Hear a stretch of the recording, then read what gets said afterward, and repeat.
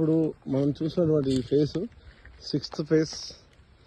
So మా ఊరు వాళ్ళంటే మా విలేజ్ బొమ్మకల్ విలేజ్, నరేష్ మా వాళ్ళు కావచ్చు, సురేష్ మా కావచ్చు, వీళ్ళు ఉన్నది ప్లాట్లు దీంట్లోనే 6th ఫేస్లో.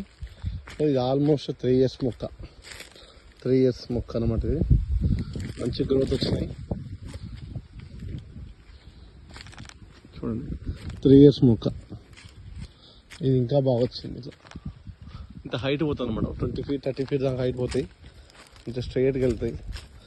మంచి స్టెమ్ కటింగ్ కానీ, డ్రిప్ కానీ, ఇవి రోడ్స్ కానీ, ప్లాట్ నెంబర్ కానీ. 3 years అని కూడా ఎక్సలెంట్ మెయింటెనెన్స్ ఉంటుంది.